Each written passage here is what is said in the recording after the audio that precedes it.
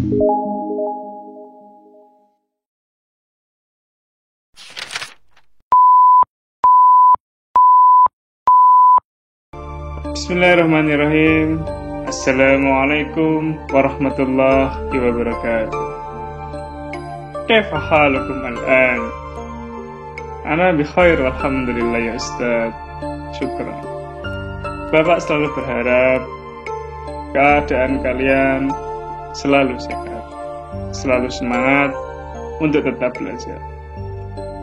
Bagaimanapun kondisi sekarang ini, tidak menuntut, tidak melemahkan semangat kita. Ingat, pengumpulan tugasnya pun juga harus begitu. Sholat, mengaji, olahraga, bersih-bersih rumah, membantu orang tua, belajar, dan amalan-amalan yang baik tetap harus kalian jalankan. Bukan berarti belajar di rumah membuat kita menjadi malas-malasan. Ya, meskipun Bapak sebenarnya sudah tahu, masih ada beberapa anak yang mengumpulkannya lebih dari jam yang sudah ditentukan. Tapi Bapak Fatah sampai minggu ini dan guru-guru lain ya masih mentolerir semuanya. Pertanyaan selanjutnya adalah, sampai kapan mau tetap seperti ini? Bapak Ibu guru sudah berusaha semaksimal mungkin agar pembelajaran ini menjadi efektif untuk kalian, menjadi pembelajaran yang kalian senangi. Bapak Ibu juga terbuka, kalian mau seperti apa pembelajarannya, info saja kami. Nanti kami akan berusaha untuk mewujudkan keinginan kalian. Ya, kami akan selalu berinovasi, kami pun juga akan menuntut kalian selalu berinovasi juga. Ya, jangan sampai kita kalah dengan pandemi ini. Kita buktikan pada dunia bahwa sekolah kita, bahwa madrasah kita akan menjadi madrasah yang unggul. Ya, lingkup kita dulu, lingkup Kota Malang, lingkup Jawa Timur, lingkup nasional, dan bahkan internasional. Bismillahirrahmanirrahim. Kita akan mewujudkan itu bersama. Bagi anak-anak, pada pagi hari ini kita akan memulai pembelajaran kita mengulas kembali pembelajaran yang kemarin Pak Fatah sempat singgung, memberikan satu pertanyaan saja. Sebenarnya itu pertanyaan yang mudah kalau kalian mau melakukan literasi dengan baik. Literasi tidak selamanya di dalam teks, di dalam buku. Literasi bisa kalian lewat orang tua, bisa kalian buka Google, bisa lewat YouTube, bahkan sesama teman boleh. Kalian WA saja, kalian tanya jawab. Bagaimana pendapatmu tentang soal yang Pak Fatah berikan? Itu sudah bagian dari literasi. Ya, jadi tidak harus selamanya di buku, meskipun buku itu juga menjadi syarat utama literasi. Kesuksesannya aja di situ. Tapi Pak Fatah mau lebih, tidak mau hanya sekedar itu. Ya, Pak Fatah anggap kalian sudah kelas besar, sudah kelas paling maksimal di MI Khadijah. Jadi tuntutan Bapak Ibu guru pun juga lebih pada kalian.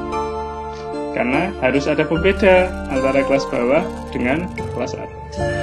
Itu harapan dari Bapak Ibu guru, terutama Pak Fatah. Oke, kita bahas yang kemarin ya, ini anak-anak. Kemarin ada pertanyaan yang bagus ini. Kenapa ya Timur Leste belum menjadi anggota ASEAN?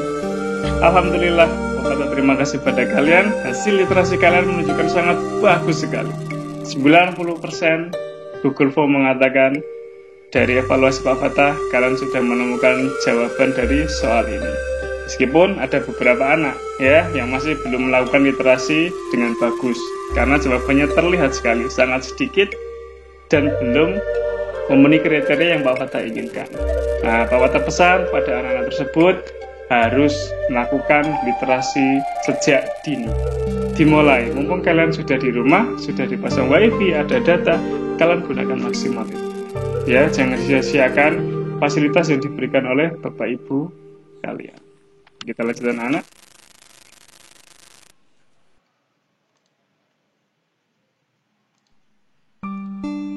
Kenapa Timur Leste belum menjadi anggota ASEAN? Ini yang paling bagus ya, karena jawabannya satu. Tidak semua anggota ASEAN menyetujui bergabungnya Timur Leste menjadi anggota ke-11 ASEAN. Nah, untuk Timur Leste, syarat ingin masuk menjadi anggota ASEAN itu harus disetujui oleh 10 negara. Kalau 10 negara ini sudah setuju, maka Timur Leste bisa ikut sehingga menjadi 11. Ini 10, Pak tambah 1, 11. Ya. Kalau 10 ini ada satu saja yang belum menyetujui, maka Timur Leste tidak bisa bergabung. Karena 10 anggota negara ASEAN ini sudah menjadi satu. Dia sudah diikat nanti sama padi itu, rumun padi. Ya, sehingga kalau mau masuk ini maka harus dapat persetujuan dari semua anggota ASEAN. Nah, itu kalian semua sudah menjawab seperti itu. Pak Fatah Ajeng disebut. Bagus. Yang Pak Fatah inginkan. Ya, kembangkan literasi. Jangan kalah dengan pandemi. Yang kedua, Timur Leste belum siap secara ekonomi. Ekonomi setiap negara itu sebagai acuan negara itu maju atau berkembang, itu sudah tidak bisa dipungkiri lagi. Ya, negara kita masih menjadi negara yang berkembang. Ya, kita masih berkembang menuju menjadi negara maju. Nah, ekonominya sana, karena Timur Leste itu awalnya memang bagian dari Indonesia, kemudian memecah menjadi negara sendiri, maka sana harus bekerja keras untuk menjadi negara yang berkembang, prosesnya untuk menjadi negara yang maju. Nah, sekarang mereka sedang tahap menata ekonomi mereka. Jadi ketika mereka mengusulkan ingin masuk negara anggota ASEAN, ya boleh saja, dan memang harus untuk membuat negara mereka cepat kuat. Namun yang sini, yang ASEAN belum bisa menerima secepat itu. Ya, ibaratnya kalau Pak Fatah ini ngejar kelas 6, ada anak yang sudah lulus TK ya, kelas 1, mau masuk kelas 6, dia udah bisa. Meskipun ada program percepatan. Ya, normalnya percepatan kan kelas 4, kelas 5, yang bisa langsung ke kelas 6 dengan dilaju berapa semester. Nah, Timur Leste itu gini, dia masih bayi. Ya, untuk menuju ini dia masih harus bertahap. Ya, nah jadi kita pahami Timur Leste untuk masuk ke negara ke anggota ASEAN ini, apakah bisa Pak? Bisa. Tapi kapan? Nah, itu Timur Leste yang bisa menjawab. Secepat apa dia mengembangkan ekonomi. Itu yang kedua. Karena yang ketiga, koordinasi ketenaganegaraan masih buruk. Ini dibuktikan dengan MOU. MOU itu adalah sebuah persetujuan, sebuah deal-dealan. Deal, oke, itu MOU. Di sana MOU-nya kepada beberapa investor, pada beberapa negara itu masih kalang kabut. Jadi ketika keputusan A ternyata masih belum selesai, bilang oh ya kami siap, ternyata ketika pada hari H tersebut negara tersebut belum siap. Nah, itu banyak nanti dikulas di para beberapa pendidik tentang di YouTube-nya pendidik nanti tentang mengapa Timur Leste ini belum masuk menjadi anggota negara ASEAN. Nah, itu 3 ini yang Pak Fatah ambil yang mudah untuk kalian pahami. Adapun yang lain sudah Pak Fatah terserah kalian. Namanya literasi bebas, yang penting ada dasarnya. Ya, kalau Pak Fatah sebutkan semua jawaban kalian, semua siswa anak manampe, wah nanti nggak selesai pembahasan pada pagi hari ini. Jadi Pak Fatah persingkat 3 ini saja. Ya, adapun lainnya silakan.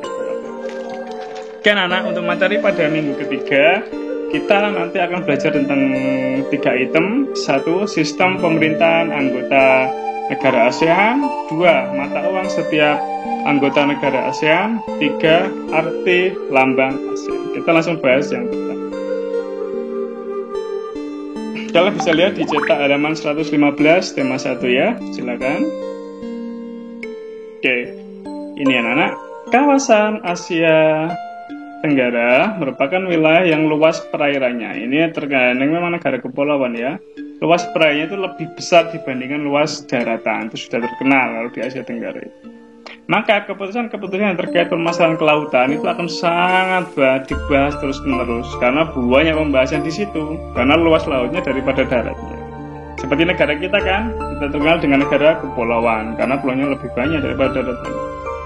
Negara-negara di kawasan Asia Tenggara punya sistem pemerintahan. Nah, ini ada 2 anak-anak ya, ada yang republik, ada yang kerajaan. Ya, Republik itu sistemnya nanti seperti di negara kita, dia demokrasi. Jadi yang memilih nanti rakyatnya, ya. Jadi presiden dipilih rakyatnya, bukan presiden sendiri yang memilih.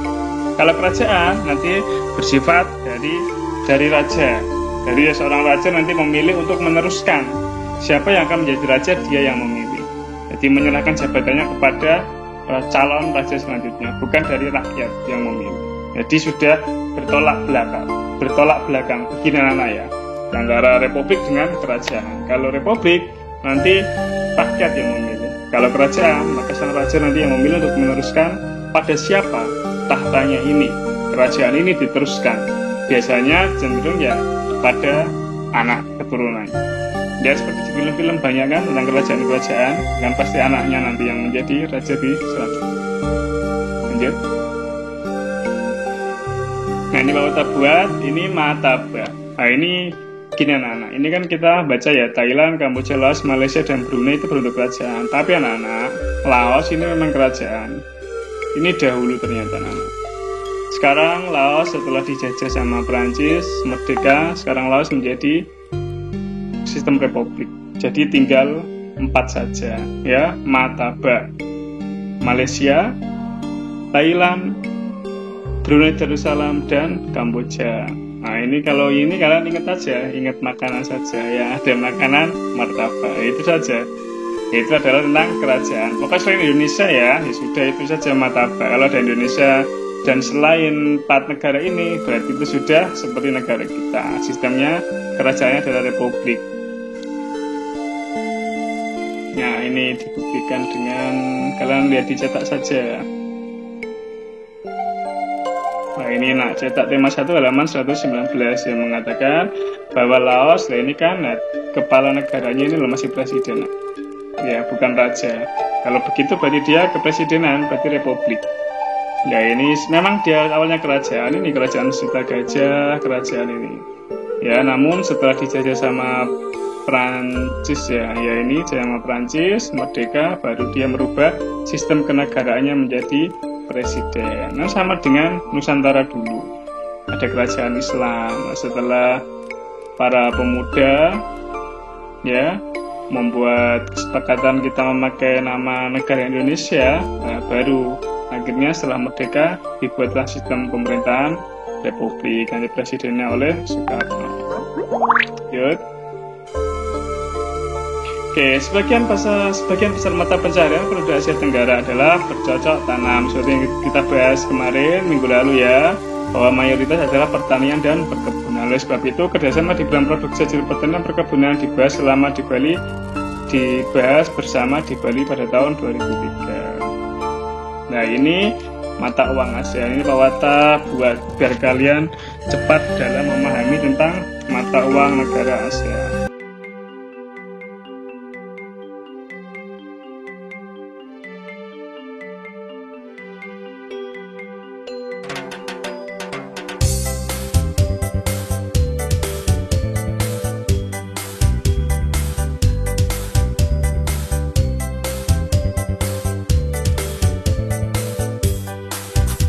Indonesia rupiah, Malaysia ringgit.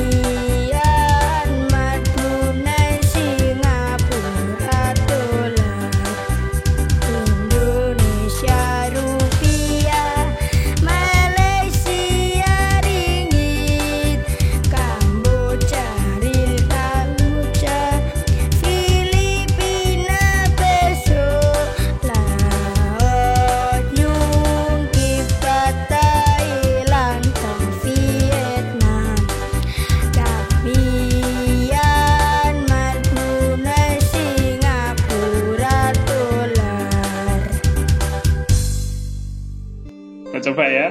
5 saja. Oke, yang pertama. Brunei, siapkan dulu jawabannya. 2. Malaysia, simpan dulu jawabannya. 3. Filipina. Thailand.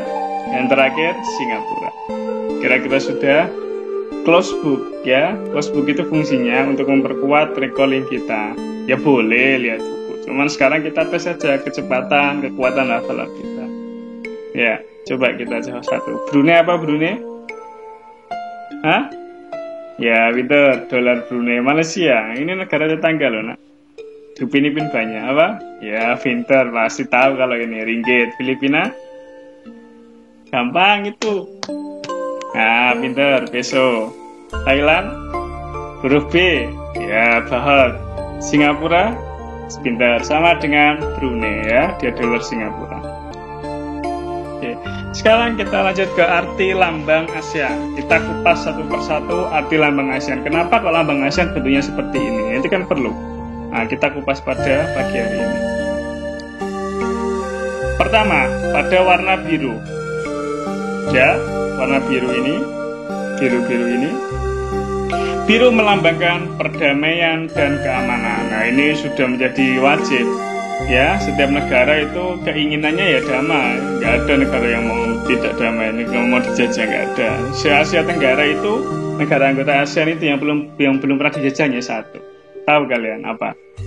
Ya, smart. Negara Thailand, dia belum pernah dijajah. Kalau lainnya semua, apalagi bangsa kita, lama sekali. Ya, tapi kita perlu hargai anak-anak. Para pahlawan itu mati-matian untuk mempertahankan, untuk merebut kemerdekaan. Perjuangannya itu berat sekali dulu. Merebut kemerdekaan, mempertahankan kemerdekaan. Jadi setelah merebut itu tidak selesai, dia masih lanjut untuk mempertahankan. Bambu runcing musuh tank, bambu runcing musuh pistol, bambu runcing musuh kapal terbang. Sudah tidak masuk akal kita ini menang. Tapi dengan kesabaran para rakyat, dengan kesabaran para pahlawan, para pemuda, akhirnya negara kita bisa merdeka. Ingat, rata-rata yang membuat Indonesia merdeka itu adalah golongan muda. Maka kami, Bapak Ibu Guru, berharap kepada kalian semua anak-anak, kalian itu adalah tunas bangsa. Kalian itu adalah harapan kami. Ya, kalau kalian generasinya bagus, kami ini sebagai guru itu sangat bahagia sekali. Ya, kami ingin mengidam-idamkan generasi yang hebat. Ya, makanya jangan lemes, jangan malas kena begini, nak pandemi begini. Tetaplah berkreasi. Kami akan selalu mendukung. Ya, untuk generasi-generasi muda, ayo. Ya, kita kuatkan, kita kobar semangat kita. Jangan kalah sama yang lalu, jangan mau dijajah sama pandemi ini.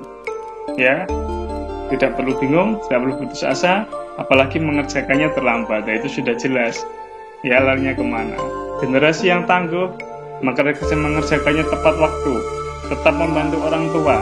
Jam tidurnya juga jangan berlebihan.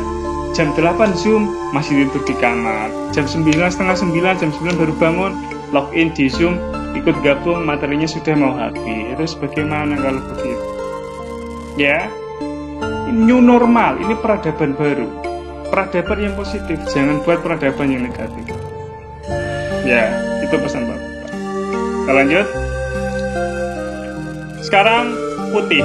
Nah, ini pasti semuanya tahu, terutama orang Islam ya. Putih itu melambangkan sebuah kesucian.